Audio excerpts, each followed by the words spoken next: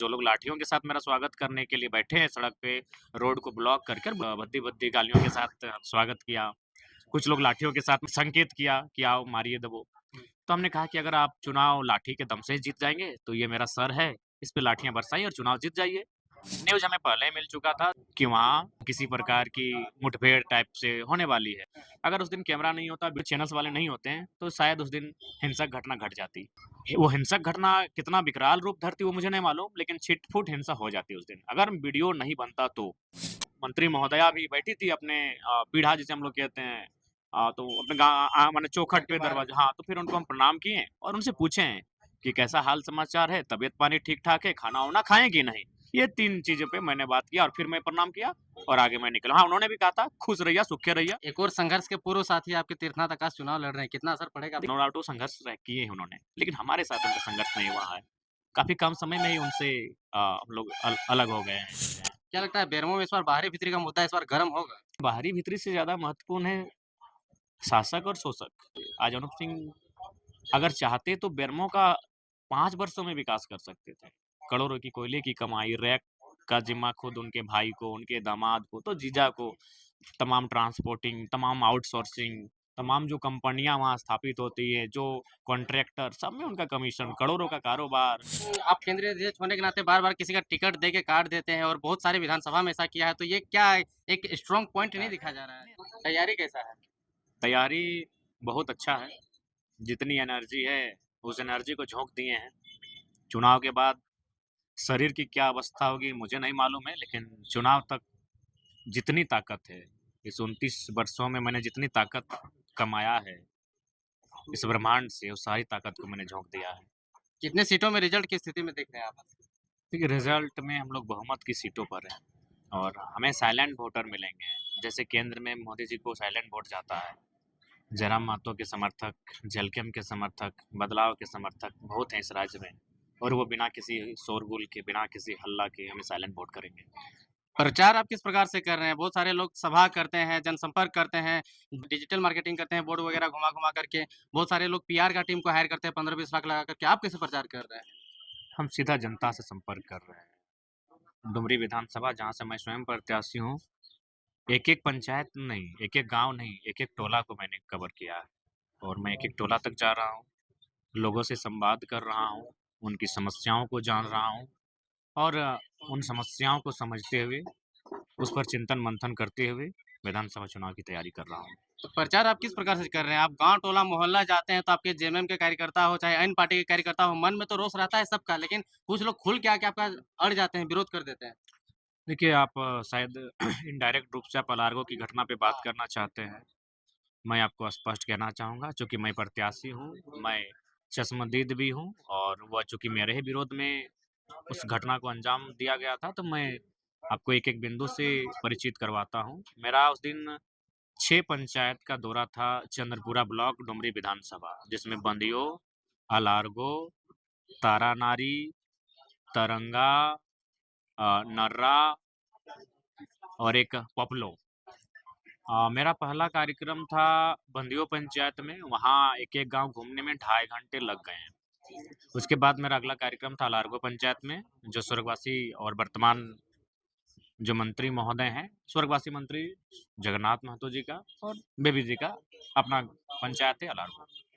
जब बंदियों पंचायत का मैंने भ्रमण कर लिया, तो अलारगो में अब जाने की तैयारी में था। तो मुझे बंदियों पंचायत के 2-4 टोलों का कार्यक्रम बचा ही था कि सूचना मिली कि अलारगो में जाने से आपको रोका जाएगा। वहाँ जो रूट है जिससे लोग गाँव में प्रवेश करते हैं सड़क से, वहाँ पर जेएमएम के कुछ कार्यकर्ता दबंगई अंदाज में बैठे हैं, हाथों में लाठियाँ हैं। मतलब पहले न्यूज़ मिल गया आपको? न्यूज़ हमें पहले ही मिल चुका था 1 डेढ़ घंटा पहले कि वहाँ मतलब किसी प्रकार की मुठभेड़ टाइप से होने वाली है। तो हम बोले देखिए लोकतांत्रिक देश है, पीछे तो हम हटेंगे नहीं और मैंने 2 साल से चुनौतियों को स्वीकार किया है, हम पीछे नहीं हटेंगे, हम उनसे बात करेंगे। जो लोग लाठियों के साथ मेरा स्वागत करने के लिए बैठे हैं सड़क पे, रोड को ब्लॉक करके ही बैठे थे, वो वीडियो में आपने भी देखा होगा, तमाम गाड़ियाँ खड़ी करके रखी थी अपोजिट साइड से। तो जब हम वहाँ गए तो जाते ही कुछ बात नहीं हुआ, उन्हें वे भी अगर प्यार से कुछ बातचीत करते कि नहीं आप चलिए, उन्होंने सीधे बहुत भद्दी-भद्दी गालियों के साथ स्वागत किया। कुछ लोग लाठियों के साथ मतलब संकेत किया कि आओ मारिए दबो। तो हमने कहा कि अगर आप चुनाव लाठी के दम से ही जीत जाएँगे, तो ये मेरा सर है, इस पे लाठियाँ बरसाई और चुनाव जीत जाइए। तो उन्होंने देखा कि चूँकि कैमरा चल रहा था, तो फिर उन्होंने स्वर बदला और लाठियों को भी साइड में रख दिया। अगर कैमरा नहीं होता, मैं आपको ईमानदारी से कह रहा हूँ, अगर उस दिन कैमरा नहीं होता, वीडियोज़ नहीं होते और कुछ चैनल्स वाले नहीं होते हैं, तो शायद उस दिन हिंसक घटना घट जाती। वो हिंसक घटना कितना विकराल रूप धरती वो मुझे नहीं मालूम, लेकिन छिट-फुट हिंसा हो जाती उस दिन। अगर वीडियो नहीं बनता तो, बड़ी बड़े मुंगरे लाठियाँ उनके हाथों में थी। फिर बातचीत होने लगी, कुछ लोगों ने कहा कि आपको अलारगो में आने की आवश्यकता नहीं है, यहाँ प्रत्याशी का घर है, यहाँ भी परंपरा है, कोई नहीं आता है। तो बातचीत होने लगी तो मैंने यही कहा कि जो प्रत्याशी हो, मंत्री हैं, वो आपके ही नहीं पूरे झारखंड के मंत्री हैं, मेरे भी मंत्री हैं और मैं उनसे भी वोट माँगने की अपील करूँगा, उनके परिवार से करूँगा और उनका आशीर्वाद तो एक बार मैं ज़रूर लेना चाहूँगा। वो हमारी माता के समान है। तो फिर बोला नहीं आपने अलार्गो के लिए क्या किया है? तो हमने वही तर्क दिया कि स्वर्गवासी माननीय जगन्नाथ बाबू ने 1990 से पहले क्या किया था? तो हम चुनाव जीते ही नहीं है, तो हम क्या करेंगे आपके गाँव के लिए? तो मतलब अतार्किक बात वो करने लगे हैं। फिर उन्होंने कहा कि नहीं आप क्यों चुनाव लड़ रहे हैं? तो हमने कहा भाई उपचुनाव हम नहीं लड़े थे, हमने तो सम्मान किया। अब पीढ़ी दर पीढ़ी तो कोई सीट को नहीं छोड़ेगा। फिर बातें होने लगी, तो उसके बाद कहा नहीं इस गाँव में आप नहीं आ सकते हैं, यहाँ प्रत्याशी रहते हैं, ये परंपरा है। तो हमने कहा देखिए परंपराओं से, भावनाओं से लोकतंत्र नहीं चलता है।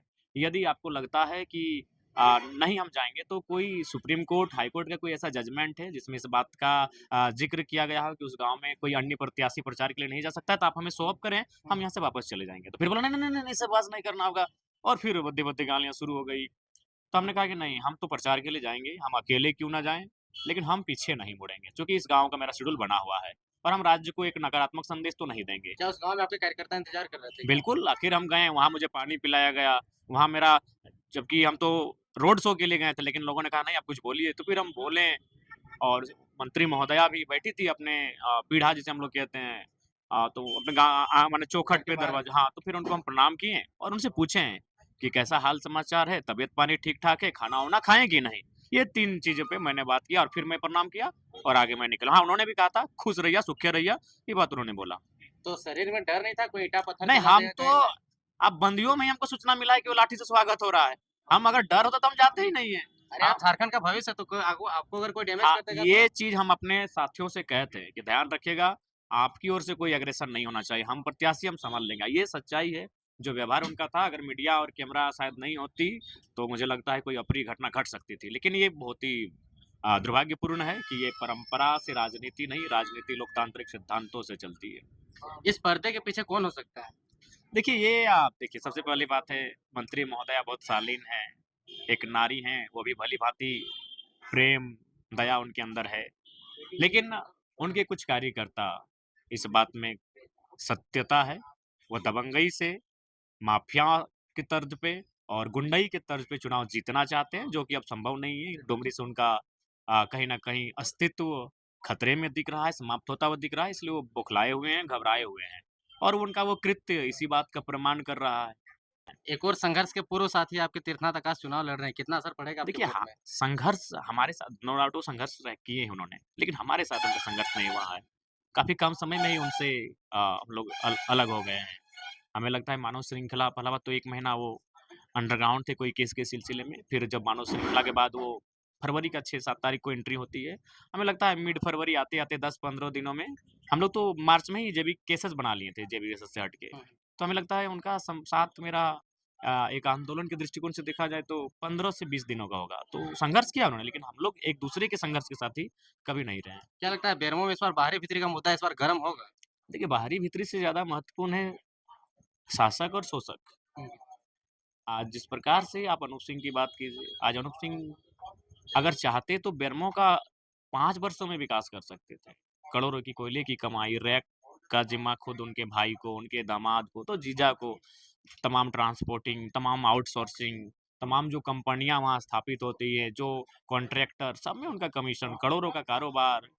तो मेरे हिसाब से ये लड़ाई शोषित वंचितों की एक आवाज़ है, जिन लोगों ने झारखंड को दबाया है, सताया है और आउटसाइडर्स तो है ही, उसमें कोई दो राय नहीं है, झारखंड उनके लिए नहीं बना है, झारखंड, झारखंड के मूलवासियों के लिए बना है।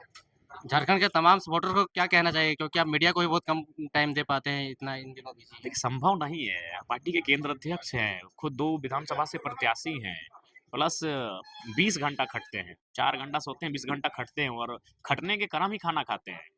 खटने के दौरान ही खाना खाते हैं। देखिए खाना लेके तैयार हैं, आपको इंटरव्यू दे रहे हैं, तो खटने के क्रम ही खाना खाते हैं। तो 18 से 20 घंटा का हम लोग का संघर्ष है। मीडिया से समय मुखातिब नहीं हो पाते। पहले हम लाइव आते थे, अब मेरा लाइव में मैं लाइव होता ही नहीं है, मतलब समय नहीं मिल पाता है। लेकिन आप केंद्रीय अध्यक्ष होने के नाते बार-बार किसी का टिकट दे के काट देते हैं और बहुत सारे विधानसभा में ऐसा किया है, तो ये क्या एक स्ट्रॉन्ग पॉइंट नहीं दिखा जा रहा है नहीं, टाइगर? स्ट्रॉन्ग पॉइंट का सवाल नहीं है। नई पार्टी है, जब बड़ी पार्टियों में भारतीय जनता पार्टी में ऐसा हो सकता है, झारखंड मुक्ति मोर्चा में ऐसा हो सकता है, तो हम लोग एक नई जेलकम पार्टी हैं।